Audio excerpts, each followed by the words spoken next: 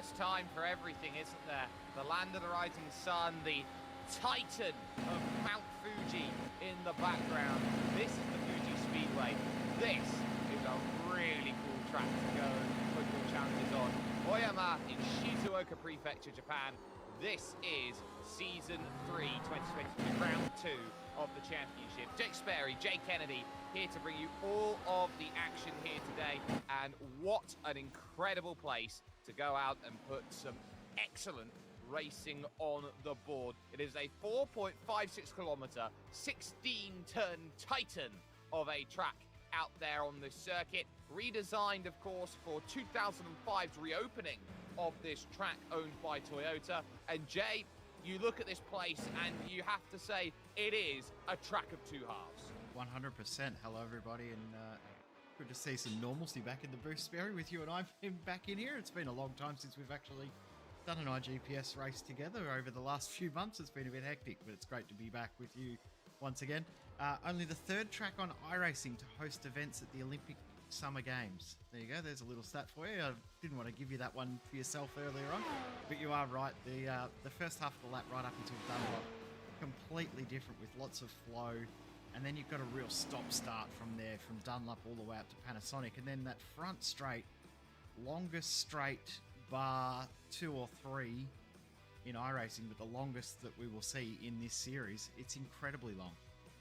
It absolutely is. And of course, the 4 winners from that Summer Olympics, Richard Carapaz, Anna Kiesenhofer, Annemiek van Vleuten, and Primož Roglic over the 2 time trials and the 2 road races that were there. But with a new track comes new opportunities, but the car remains the same, of course, the Mercedes W12 E-Performance, and what a machine that is, going through 100 right now and trying to get as much power as possible to the hairpin is Magnus Wallström at this moment in time. Third fastest on a 112.116 at this moment as the descends to the lowest point on the track through 300 right and on the brakes into the very, very difficult, I would say, Dunlop corner and chicane sections that lead up to here, turn 13, where the track falls away through 2 of the final 3 corners.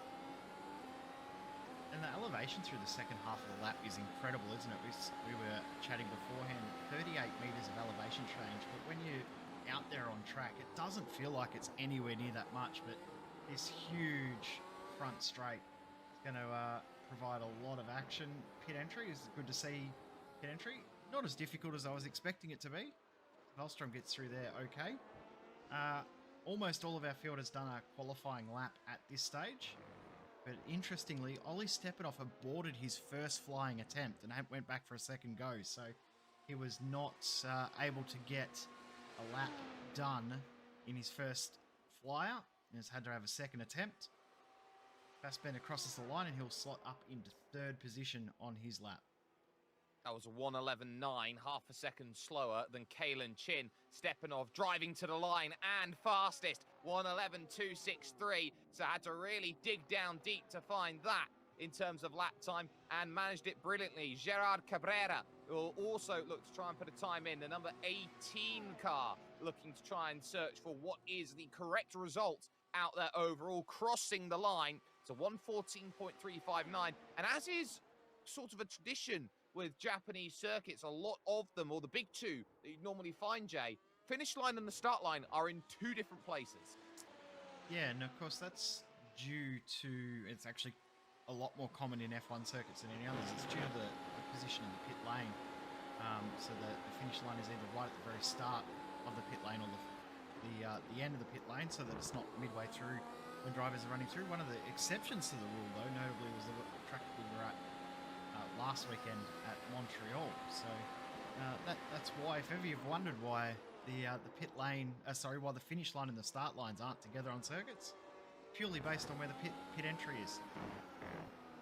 Purely based. Kalen Chin then will get his run over towards the line. I just heard word from Jacob Reed saying he loves to make it difficult for himself. He has not set a time, will not set a time in qualifying. Chin, of course, could not go any quicker. That was an outlap overall, so was unable to improve on time, and currently nobody out there on track can improve on their lap times here at Fuji Speedway. So we have the opportunity to run through the starting grid, because this is how everyone is going to stack up here today on their first attempts, of course, this week at this wonderful brand new track on iRacing.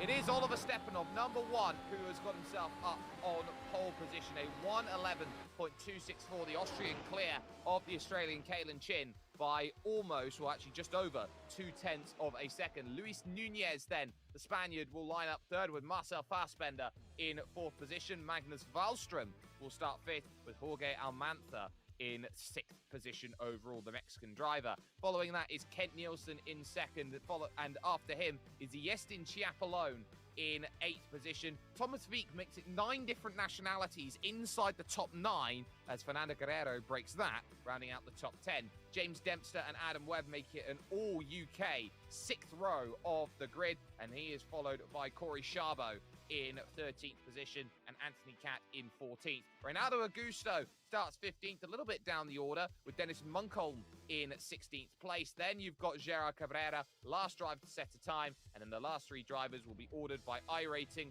Brian Miller, Jacob Reed, and Paula Reagan will end up the 20 cars here today. 2 splits, a strength of field of 4,400, 33 laps worth of racing action here today, and these laps are going to go by quickly, and overtaking, I think, is going to be the interesting point today, Jay, because you've got that chance to attack into turn 1 of Daiichi, and you have the opportunity as well, potentially, to get a run out of the hairpin and in towards the Dunlop hairpin. Yeah, turn 1's going to be the key overtaking opportunity, especially with the DRS. It is such a huge DRS zone, so having the DRS out of the final corner and down this front straight is going to be huge. We're going to see plenty of overtakes just purely based on that. Interesting in regards to tyre selection. It looks like we've got 2 tyres who are opting to start with the soft compound tyre. Everyone else starting on the medium. Those 2 being Anthony Catt and Brian Miller.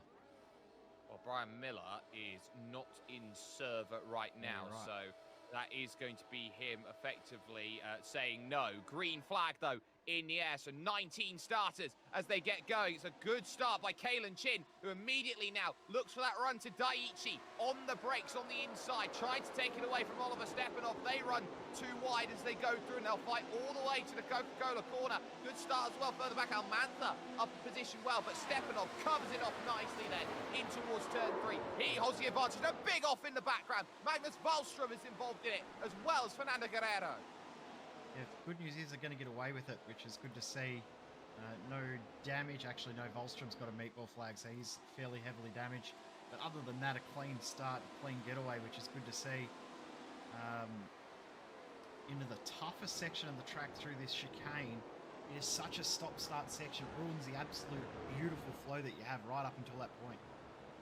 It certainly does, and you have to be alert and switched on into this section, because this is where the gaps are going to start forming through these very difficult off-camber corners, and every time you go through, you have to be alert on the braking zones, on where drivers are positioning their cars. Luis Nunez, we take an on-board look from him in 4th position, dropped 1 off the start to Marcel Fassbender, and he's certainly looking to try and charge forward. We've even got an overtake here going along on the front stretch. Kent Nielsen goes hard to the inside at this point in time, trying to get past Jorge Almanza. This then for 5th position. On the brakes they go in towards Daiichi. Gets it done, but runs a little deep off the exit. Almanza here might get the overlap here to really get that run into the Coca-Cola curb. Goes around the outside trying to hold it, but that inside line so strong, and Nielsen holds on to 100R. Good battle, but what they've done, they've lost the draft of those guys ahead, so they won't get DRS when that begins next lap by, and the group behind us closed in very, very close. Thomas Wieck trying to get through. He's potentially able to get a move done here, but defense happening. Yeah, defense happening then into Dunlop corner, and that ultimately for Thomas Wieck, noticing there just with him, Yestin Chiapalone trying to hold off from Club California. He is trying to find a little bit of similar sunshine. Track conditions today, they are sweltering out here on this circuit, Jay. It is 48 degrees track temp. Yeah, and it's only 12 noon in Sim, so we were starting this race maybe 2 hours later, it'd be 60 60 plus, so incredibly hot temperatures. But I guess in a way they'd be thankful that they're not starting a little bit later. Here comes the move. Thomas Week's going to get that done, and done quite easily by the looks of it. Yeah, gets there on the brakes. Another little look as well behind, as that would be Jacob Reed making the pass on Adam Webb and choosing his recovery through the field after not setting a time in qualifying. He's already up 7 places off of the start. There you are, you're leading to right now. Oliver Stepanov and Kalen Chin, they have broken away from Marcel Fassbender. It's about 1.5 seconds between them at this point in time. And Kalen Chin knows that if you are going to attack early with Oliver Stepanov, you absolutely have to unsettle him, because he is the sort of driver that when he gets in a rhythm, he can just break people's spirits with the way he drives. 100% he can. And I guess the positive for Chin, oh, that's a little bit of a moment there. It's just there, you can see that green light is on the steering wheel. That is DRS available. DRS will open in just a moment, and that gap will close from 7 tenths to down to nothing. And this is one of the longest straights as well, so DRS will be the most powerful. 310 kilometers now for Oliver Stepanov. Kalen Chin up at 324. Closer still. Moving to the inside at Daiichi, trying to get the move done. But ultimately, again, just like it was on the opening lap, Oliver Stepanov with the inside line. And is he committed to that inside? This time he has to take a tighter line. He wasn't with one with advantage at the corner. Kalen Chin takes the race lead. Yeah, using that second DRS zone out of the first corner to his advantage and just getting the momentum into Coca-Cola. Gets the move done. Kalen Chin now leads, but I guess the concern now for him is the exact same thing that was the saving grace for him. DRS is going to play a huge impact in this race. It is, and expect chops and changes then on that front stretch. The run out of Panasonic is going to be mega in terms of this run. There is second position, Oliver Stepanov, and Stepanov can't afford to sit around and play this two-wide game long enough, because Luis Nunez, who went through on that last lap on Marcel Fassbender, he's right there as well. Look at that gap. It's almost within a second right now. DRS flap opens then for Oliver Stepanov. He'll have the chance. No DRS for Luis Nunez on this lap, but this is crucial for Stepanov now. Which way does he have to go? Middle of the road for Kalen Chin. He'll have to choose the outside at Daiichi corner on the start of lap 5, and is not going to be able to get it done just yet. But again, down the hill might have half a chance. Nunez held off behind, but has to fall back into line. And the good news right now for the top 2 is that 3rd and 4th are also battling just as hard. Yeah, and they're actually losing a little bit of ground overall as well. I mean, Nunez did set the fastest lap of his race just there, and I think this is why you just got a little bit excited there, Sperry. I do not know how Iestin Chiapolone has held that car in position. Bit of contact, bit of net code with Magnus Wallström out. Sorry, not Wallström. Sorry, I believe it was Thomas. Someone out there in that group. But you can see they were fighting hard. It would have been Anthony Cat actually, who he would have got pretty chummy with at that point in time. Going through, of course, the very, very fast Coca-Cola corner. And, the back completely snaps away on turn-in, and somehow it's saved. That's incredible that he saved that. Would have been unfortunate for his race to end from that, but great that he did save it and can continue on. He hasn't lost too much ground. He's lost about a second in regards to pace, lost 3 positions, but we've seen how much this DRS is helping. We're going to see plenty of overtakes. Stepanov now holds off Chin this lap. Certainly does, and it's also on 5th and 6th as well, because you've got Almanza and Kent Nielsen also battling out there, yellow versus purple, as they run in towards the Coca-Cola corner, the former brilliant corner out there that had itself every single bit of battle that was out there, and everyone loved Suntory as a corner. But now as they go through, look at the mid-pack right now. The mid-pack's going to be the interesting one, because everyone's going to have the DRS. Everyone's going to be flying forward at mega speeds, 2 wide, sometimes even 3 wide, I think they might be trying to go. But on top of that, Jay, how important is it going to be today to manage the battery and the energy deployment of these machines, knowing that there's going to be a lot of battling in towards turn number 1? It's going to be crucial to make sure you've got your battery at the right points of the lap and the right points within the race. It's going to be very, very interesting. Talking about this battle pack here, it is 8 cars deep, so 7 of the 8 cars are going to have DRS right now. Thomas Feet is going to see everyone close in behind him and close up very quickly as Kalen Chin makes another move into the lead of the race. Very, very simple. There goes Cat. The rest are coming, and they may be close enough.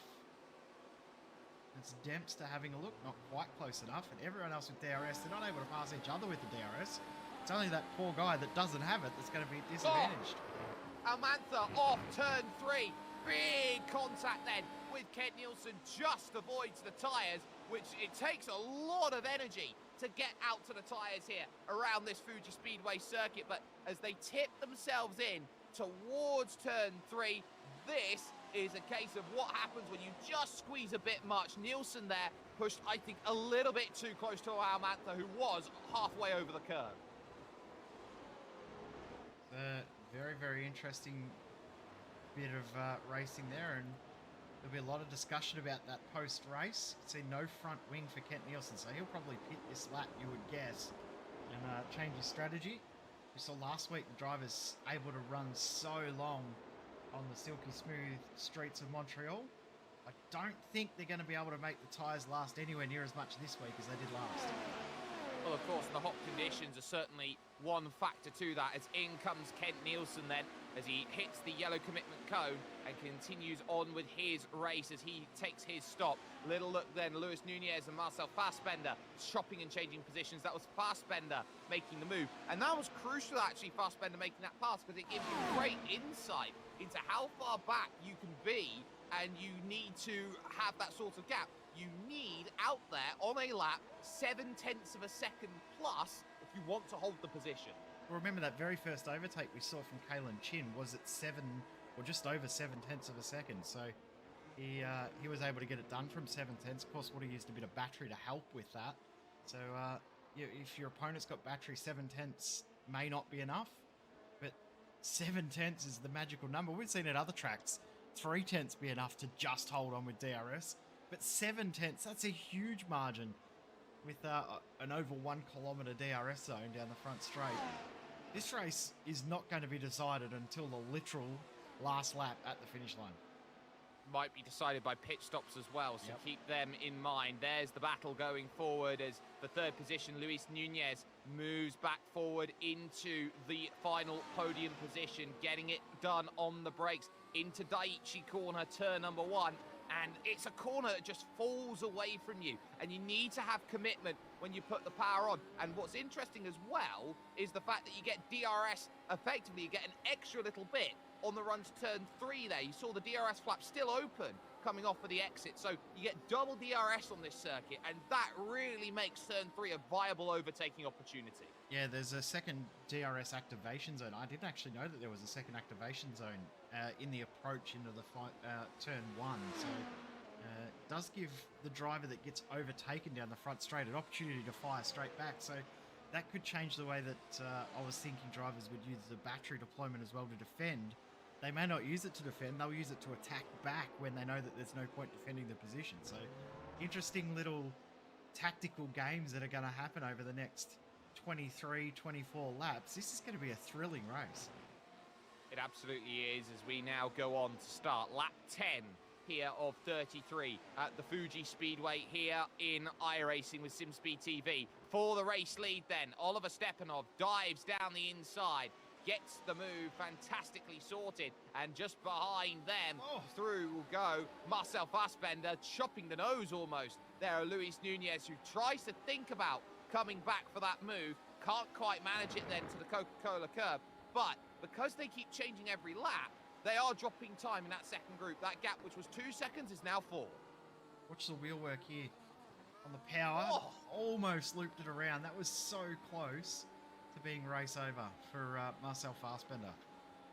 And that's how quickly it can go around this circuit. You're dealing with a lot of elevation change around this track, and it comes at very weird points on the track. You are halfway through your acceleration phase out of the corner when the track starts to directly dip away coming out of Daiichi corner. So it leaves you in a very important lurch, especially in very powerful machinery like these beautiful Mercedes W12E performances, Jay, where you effectively are trying to put the power down, and you almost have to be a little bit more tentative than you would do at other circuits. Yeah, exactly right. The elevation change, the camber change of the road is so incredible. I mean, the track is naturally heavily cambered just due to the position of this track and the fact that there's so much rain that happens at this circuit. Ooh. Here we go. This is interesting. Soft tyres coming off the car at the end of lap 10. End of lap 10, so that gives you a really important world to say it. Ken Nielsen, by the way, went on to the soft tyre, so he will try and go to the end on that. Big side-by-side battling there, though, for one, Reynaldo Augusto out there in the number 15, the Brazilian, losing out the place then to Adam Webb, or in fact defending the place there was Adam Webb, I should say, and really having to cover the fight all the way through turn 3 there. And oh, look how aggressive it suddenly gets through with Jacob Reed now trying to find a way past Thomas Veek, who is full defense right now, moving up 13, the big left of 14 into the 90-degree left-hander here of Hertz Corner. What a fun battle this is, and what a fun battle this has been all race. I don't know where to look. There's so much going on. It's great to watch. Kalen Chin's just passed Stepanoff back again at the front. No surprise to see the leaders change once again. Fassbender's not going to get back past Nunes. He's actually a little bit further behind, but here comes Jacob Reed. He's going to get it done on Veek, and maybe James Dempster might be close enough to get a move done as well. No, not quite. Dempster really had a tempered run coming out of the final section, almost like he missed a gear or something. Now too wide, too deep just behind as well, because Augusto through on Adam Webb and Fernando Guerrero dealing with the recovering Jorge Almanza. So they are absolutely all over this one here, further back as they were going through. And one of the key corners is, as I will correct myself, they'll be coming up to it in a moment here, your leading duo of Chin and Stepanov, Kalen Chin, back through then on that lap into the race lead. Is this one coming up? It is Nets corner, and Nets is just that 90-degree up the hill, and it's not so much the fact that it's off camber that catches drivers out, it's the fact that it plateaus. Yeah, again, the camber of the road, the elevation, is just so intense within a different section. I think this track is a real setup compromise circuit. You can't set your car up for any one thing, because you set your car up for one thing and you're going to get absolutely swamped in another section of the track. As we said at the start, it is a track of two halves. It's so different between the start of the lap and the end of the lap in how it behaves. And I'll tell you what, Sperry, is this the first lap we're going to see where there's no overtakes into turn 1? Oh no, there's going to be one here between Webb and Almanza. And maybe they're going to go 3 wide here. Oh! Wow! Somehow, some way, they all avoid it.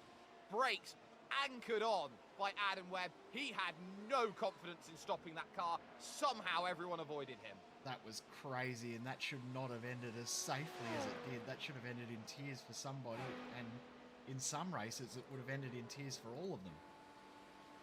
Well, let's have a look. He's got the DRS. He is absolutely flying.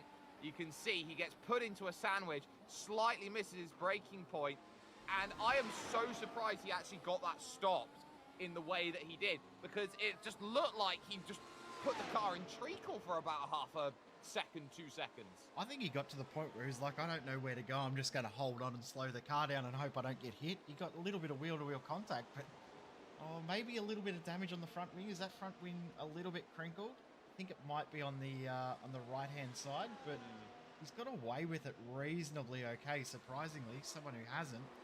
Almanza looks like he's coming to the pits. No, he was umming and ahhing about it. He's got a little bit of front wing damage too.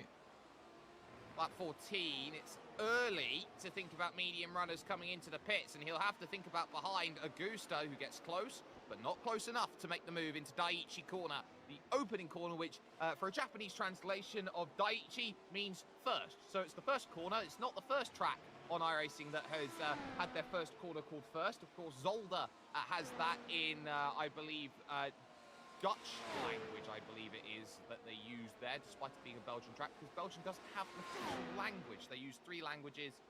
Intermittently, they use French, they use Flemish, and they also use Dutch in places.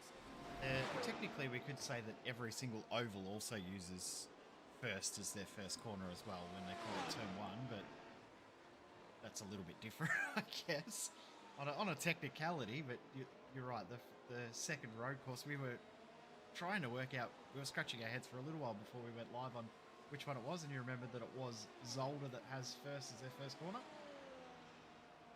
This is not quite close enough for Thomas Veek. He's dropped a little bit of ground to Jacob Reed.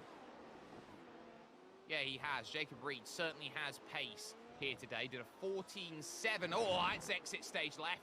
Going way wide, using the runoff area there. At the opening corner goes Thomas Veek at Daiichi. It's a freebie for James Dempster, who would have had the DRS there on that straight to really take advantage through 100 right.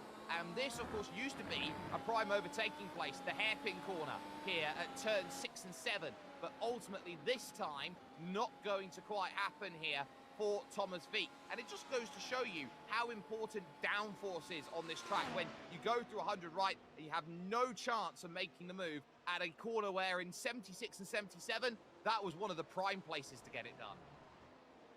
Dempster may have just lost the DRS to Jacob Reed ahead. So we could see Jacob Reed, one of the only drivers in the field that hasn't pitted yet, to not be in a legitimate battle in regards to DRS. We'll see if it does open here for Dempster. No DRS, so he's dropped a second. Dropped a second, and that is crucial because they'll have to defend, and now they're fighting hard for the race lead. Stepanov back through at Daiichi. More defense at Coca-Cola through the 100 right as it still continues on that battle further down the order, but Kalen Chin is all over it at the moment. Both pushing a little bit wide coming out of the corner. They have to be careful about how much they push wide around this circuit. Off-track incident points are going to be huge come the end of this race, and it's a track where you can so easily just breathe the wrong way, Jay, and run off the circuit. Yeah, you can just rack them up pretty quickly, so got to be careful, as you said, but these guys are pretty talented, so I don't think they're too stressed about that at the moment as we approach the halfway. 16 done at the end of this lap, 17 to go. I'll tell you what, how cool is that shot coming out of the chicane, and you can look over and you see Mount Fuji in the background. Very, very cool to see. It absolutely is. Adam Webb, by the way, was the driver who'd come into the pits. He's gone on to the soft compound tyres. He's the first driver to do so. And with the way that everyone else has been running, you'd say a bit early. Here comes Kalen Chin again, though, at Daiichi. Down the inside, but Stepanov is so wise to it. Just took a very wide apex in. Gets all of the power back, and he's going to try and fight on the outside, but he very wisely lifts out of it. Kalen Chin was not stopping for love nor money as he was going in towards the Coca-Cola corner of turn 3. He was taking that position regardless of if Stepanov was there or not. Stepanov was the one that had to give up the position. So what's that? I think that's about lead change number 10 or 11 in this race in 17 laps. Incredible how many changes we've had. There's Mount Fuji. Absolutely beautiful. Always has been, always will be, and it is a pillar and probably one of the most iconic sites found anywhere in Japan as you go out there and drive. And the top two will have that vista view as they run up now towards Panasonic corner, turn 16. Look at how wide they take Panasonic turn 16. It's a very, very late apex entry. It's very unique in terms of its corner design. Yeah, you're right. I think half of the reason you want to take that late apex is to make sure you maintain the momentum down the front straight, but such a strange angled corner. Here comes Stepanov. He's going to have to go it the long way, but we've seen it work already. And the issue he's got, though, being on the outside now, he didn't get the second DRS open of the rear wing for Kalen Chin. Stepanov can't get it done, so good defense from Kalen Chin there. Yeah, it's a very strong defense there from Kalen Chin. Again, just using the peculiarities of the DRS zones and fighting absolutely fantastically. Into the pits then will come Corey Sharbo then from that secondary train, pitting in from about 10th position as he dives down in. So this is probably one stop to keep an eye out on, where he'll come out to the likes of Anthony Catt, who is just coming down the front stretch right now, and it's going to be pretty plain sailing. It's one of the longer pit lanes out there overall. And think about this as well here, Jay. 60 km/h transit speed compared to 320 Ks on the front stretch. Yeah, a little bit of difference in pace when you're going, oh, Stepanov almost getting the move done coming out of the final corner, and he's going to use the DRS. There's no way that Chin can defend this position just based on the DRS alone, so he's probably just going to tuck back in behind, use this secondary DRS zone. and maybe come back. No, he's not going to be able to come back here, surely. I'll get a replay of Kalen Chin in that final corner, because you can tell he is pushing right now to try and find those places and to try and keep this a battle between these two at the front of this field. So that is Oliver Stepanov. Kalen Chin having an almighty moment here as he goes in. Big snap of oversteer, gathers it back up, and that's why the move was a little bit easier that time by for one driver known as Oliver Stepanov. Yeah, that was a huge moment there. I didn't see that at all. Into the lane comes Dempster and Almanza. So two more pitters. Gets us to a total of 6 of our 19 drivers who have made a stop. 18 drivers, I should say, because Wallström is unfortunately out of the race. You can also see a non-starter from Brian Miller. So 18 cars left in our 19-car field. It's good to see, because last round at Montreal, we only had 13 finishes out of a 22-car starting grid. And Dempster's come out actually behind Kent Nielsen, and this is pretty big in terms of this race, because Kent Nielsen, of course, had to come in with the front wing change and moved on to the softs early. Dempster through, Anthony Catt also through, and Catt, remembers, on the medium tyre and is getting his way through drivers who have yet to make a stop. Kalen Chin regains the race lead, but Anthony Catt here is a really interesting scenario. Getting close, but not close enough, goes Stepanov. But think about this here for Catt. He's past Paul O'Regan. He's now looking to try and get past Gerard Cabrera, as into the pits now, trying to cover off all of this, is Yestin Chiapolo.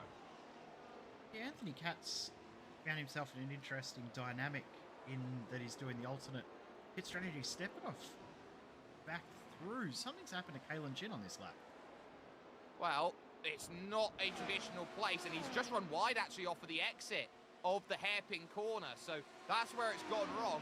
And you're going to understand what makes this track difficult when you push a little bit too hard around this place today. And you can see he'll move through this hairpin. He's going to get out onto the AstroTurf here on the exit. Bang, 1-2, holds the car stationary brilliantly, but you can tell he's used a lot of his medium compound tyre to try and hold on in this race. How did he hold on to that? There is no way that he should be in this race after that. Oh, that steering wheel just... That. Oh, well, both of us would have. I mean, we drive on controllers, so it probably explains half the reason why we lose it. But even with the wheel, there's no way I would have held on to that. I would have taken Stepanov out with me. No doubt about it. In comes Thomas Wieck then to make a stop. Stepanov still in the race lead, but Thomas Wieck now will come in, and he'll be joined by Fernando Guerrero into the pits. Augusto will also follow, which will mean Anthony Catt now gets a clear run on who he is racing right now on the yellow-walled medium compound tyres. He will get himself then up to speed. He'll hit only about 307 on this straight, mainly because he is going to be looking behind, but he actually goes up. He's got a little bit of a difference in setup. 313. He's got a car built for a straight line, and Catt absolutely flying through past Thomas Wieck. Has Anthony Catt just pulled a blinder by going on to the soft for the race to start? Potentially. It's got a few drivers out. And also noticing there's been an issue for Marcel Fassbender, who's now dropped 2 seconds behind the car of Nunes. Oh, he's just gone deep at the Dunlop corner. So Fassbender out braking himself here. On the brakes he goes. Oh, he just gets scared. And look how much he has to really work the steering rack to get that car back turned for the corner. It's almost like you need the Monaco spec for it. Tough corner when you run it so wide as Kalen Chin lost the lead, takes it back. So what's that? I think we're up to 13 or 14 lead changes now in 22 laps. And it doesn't look like it's going to give up any time soon. Well, they've got to pit soon because there'll be 12 laps to go, and there is troubles out there on track. It looks like that's Gerard Cabrera then who finds himself on the wrong side of things. And for the Spaniard, definitely not what he was hoping for in the number 18. Yep, so this is into Dunlop. Out of Dunlop, actually. Out of it, yeah. So he's just a little bit on the curb as he's put the power down, and around it went. Good job to not put it in the fence. Continues on. Certainly does, and it can very easily see that. And look how far back he is right now. Those are the leaders in the background just there. So they're almost laps away from being lapped. But the key thing here in terms of their race is that they are going to be thinking about pitting soon. Stepanov trying to get close enough to make the move and make the lunge, and he might be thinking track position, but Chin, he can duck up underneath. You nit one, you pearl one, you'll have the DRS as well, and he does not have the DRS as he goes towards turn 3. He gets that done on pure power.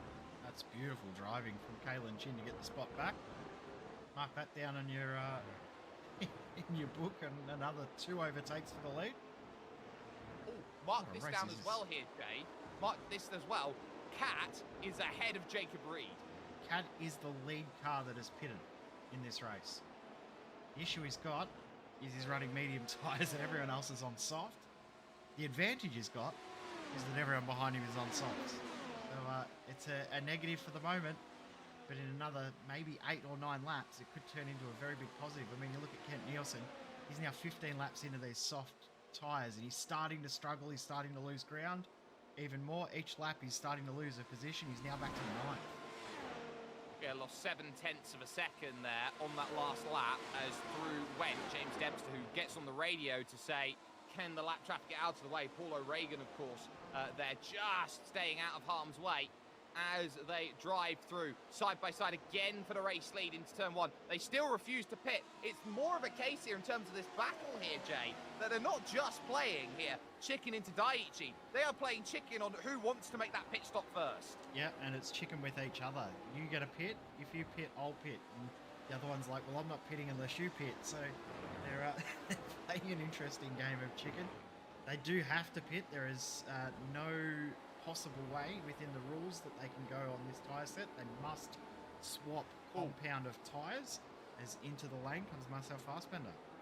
And out of the lane now will come Marcel Fassbender, and he should have a good margin. Side by side, through goes Jacob Reed. He gets by Anthony Catt and gets himself through without too many dramas at all. But they're not a million miles away from Marcel Fassbender, but Fassbender should have enough of a gap to cover off that move in its entirety. So we'll keep an eye on that. We'll keep an eye on when people decide to make their moves. Again, no move this time, Chin versus Stepanov, but it's now where you start to see where that DRS comes into play. Over the line, the gap under half a second. At 6/10 he was able to make the move. Chin goes defensive to the inside. Stepanov very crucially on that run went through quite nicely, and wide goes Kalen Chin again. It opens up for Oliver Stepanov now as he thinks about this one. Around the outside, potentially at the Coca-Cola turn, is not going to get that sorted, and trying to shut the door down is Kalen Chin through 100 right.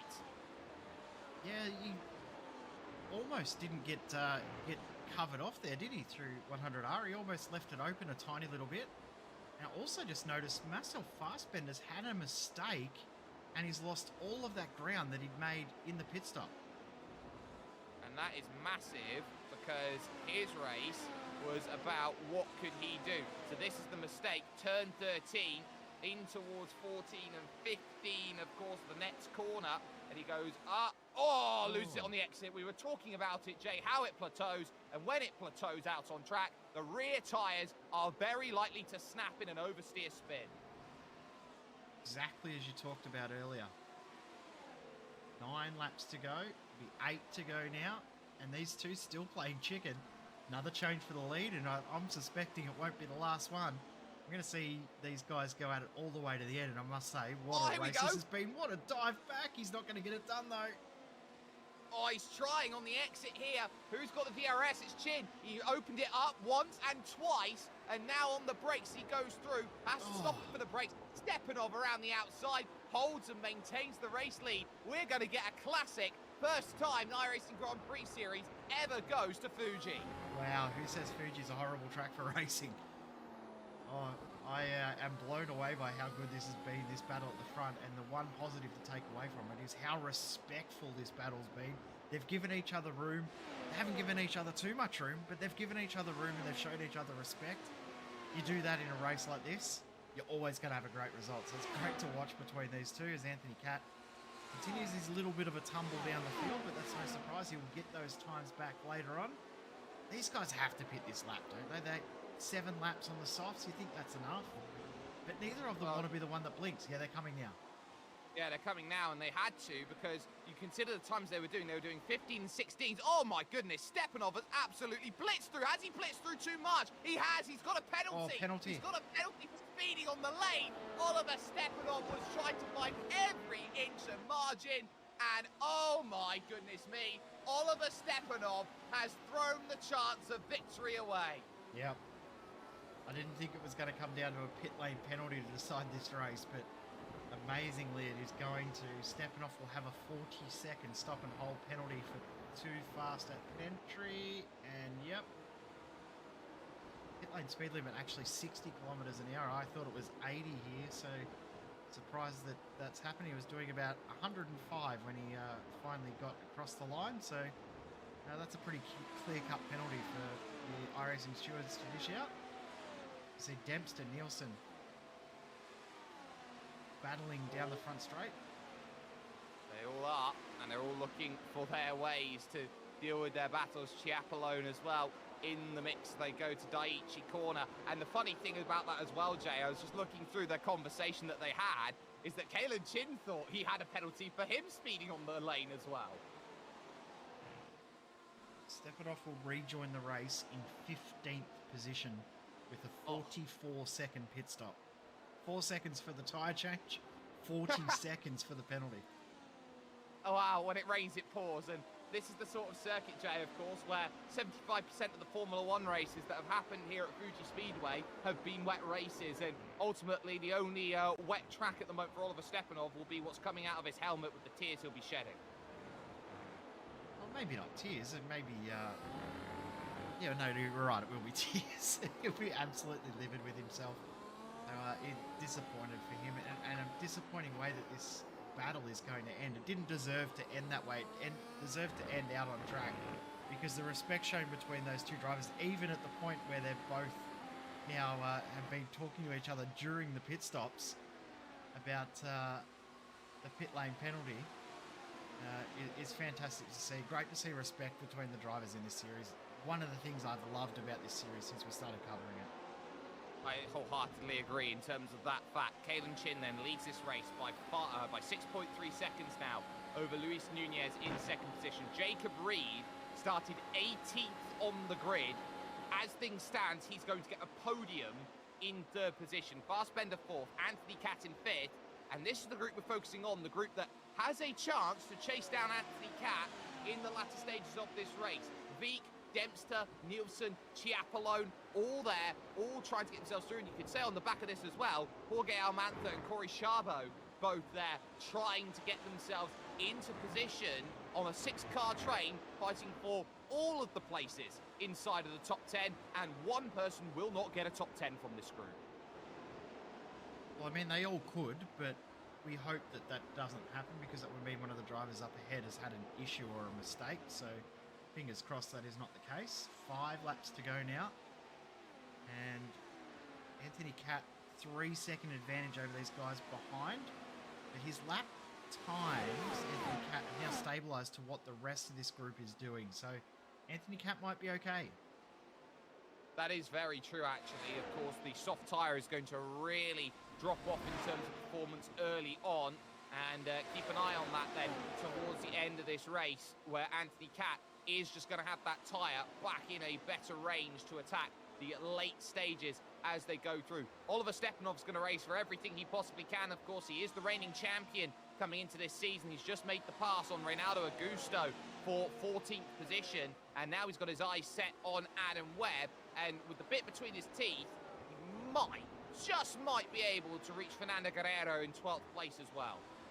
Last lap of the race on the previous lap from Kalen Chin. I think we're going to see a bit of a battle out on track still between Stepanov and Chin, but it now will be for the fastest lap of the race, and the second lap straight after with no battery left for Kalen Chin. Around about 2 seconds slower with no battery.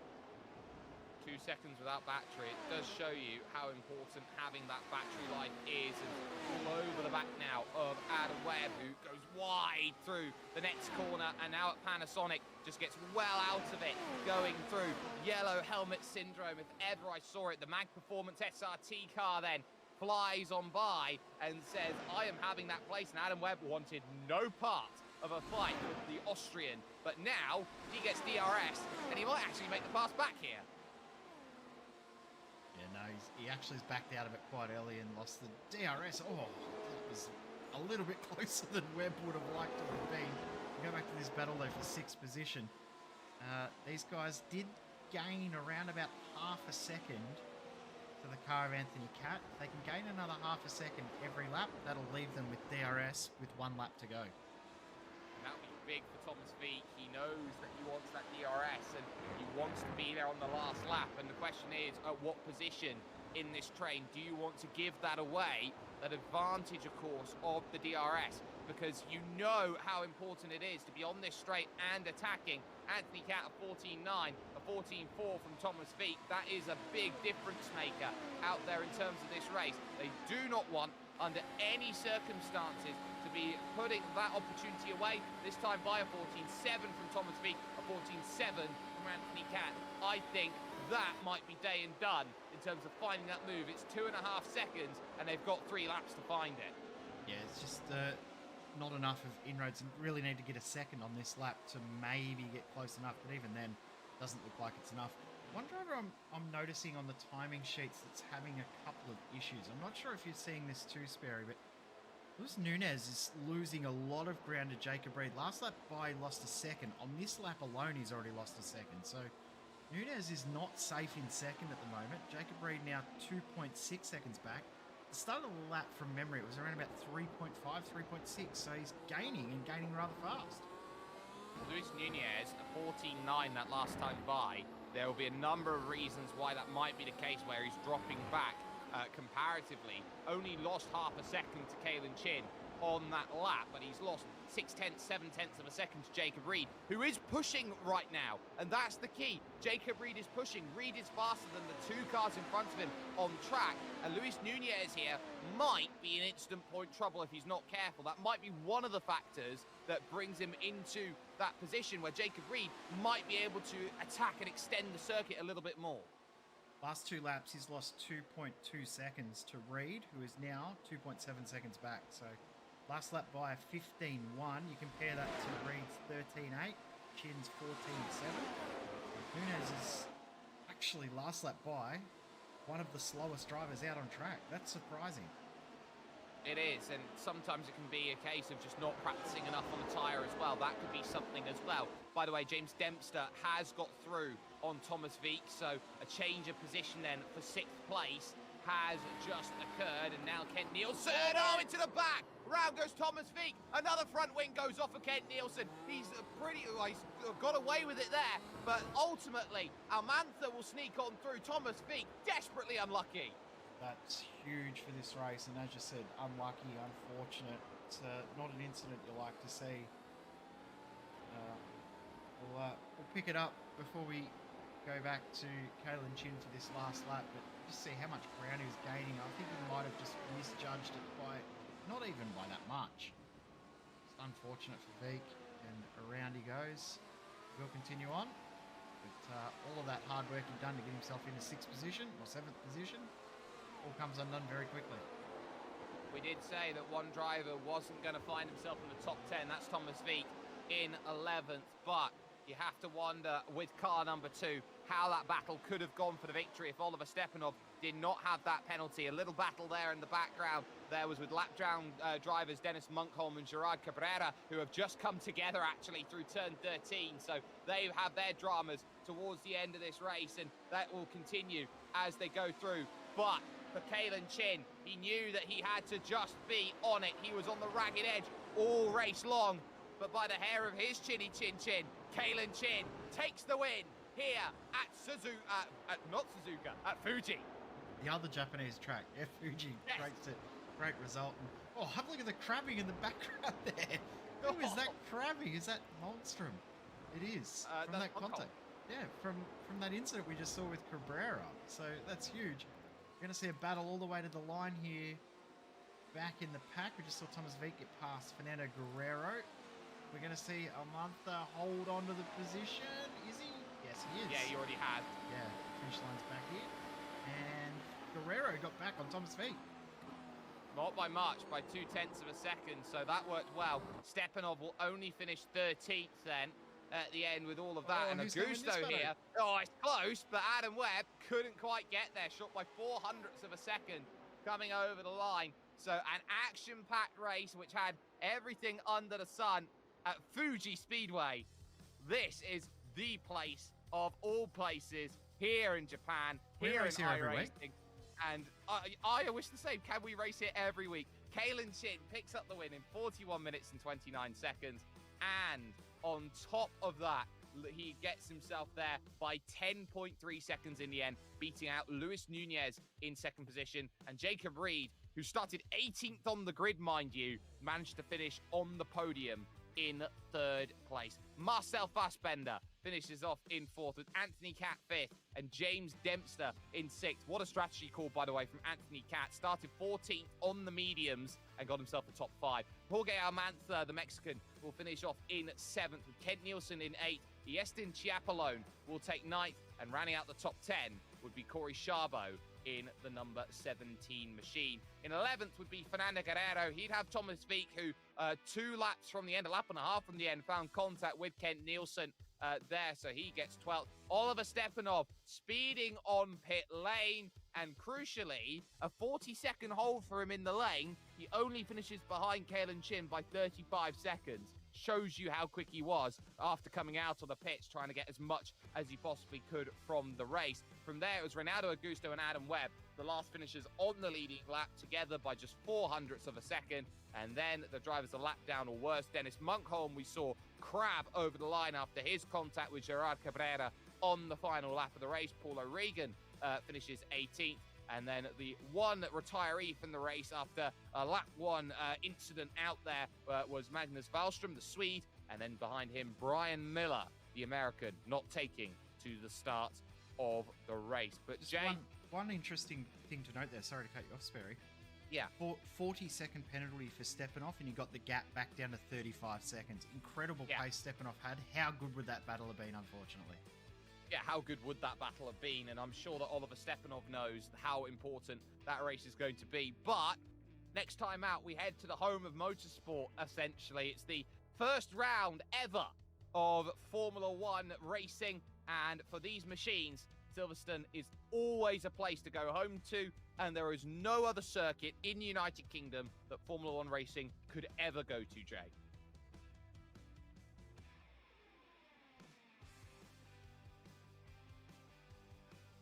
Yeah, this is one of the best tracks in the world, and I'll be happy to admit it that it's one of the best, even though it is in the UK. It's a brilliant track, and I love it when we go there each and every season. Bring it on! It's going to be a fantastic race. Hopefully, we'll see as good a battling as we just saw in that one there, because that was some of the best racing we've ever seen in this series. I would not be upset if we raced here each and every week. Legitimately, would not be upset. Bring it on, bring the best, bring everything you've got and more as we get things going. But a massive thanks has to go to everyone who has got it done here with the iRacing Grand Prix Series. Of course, the iRacing Open Wheel community every single season, without fail, have been fantastic in terms of bringing us the opportunity to broadcast an incredible racing series. You jump up on top of that with the likes of the Virtual Racing School, who have been sponsors on the replays here for us. It has been an incredible journey to see things going. Massive thanks then goes as well to everyone who has been watching here, of course, on YouTube and on Twitch. If you haven't already, like, share, subscribe, do everything that you need to do to make sure you're watching more amazing content brought to you by SimSpeed TV. And of course, from the man on cameras and on commentary, Jay Kennedy, I've been Jake Sperry. What a thrilling race we had at Fuji Speedway. Okay, yes, the victory did fall away in terms of that battle through one speeding penalty, but it took how much that they were fighting against each other to create all of that pressure, and it did tell when it came to stopping for the line. Don't get caught speeding on pit lane. Keep yourself in those battles. And my goodness, Fuji Speedway, I think you've just found another staple to the calendars when it comes to Formula-style racing on iRacing. We'll see you, though, at the home of all homes, because we are going to Silverstone 1 week from today, and we will see you there. This is iRacing, the world's premier online racing game. iRacing puts you in the driver's seat to experience today's newest form of competitive motorsport, virtual racing, all from your home PC. Race virtually in endorsed series from NASCAR, IndyCar, IMSA, the World of Outlaws, Aussie Supercars and more. Take on legendary circuits like Daytona, Silverstone and the Nürburgring. Join iRacing's global online racing community and get on track today at iRacing.com.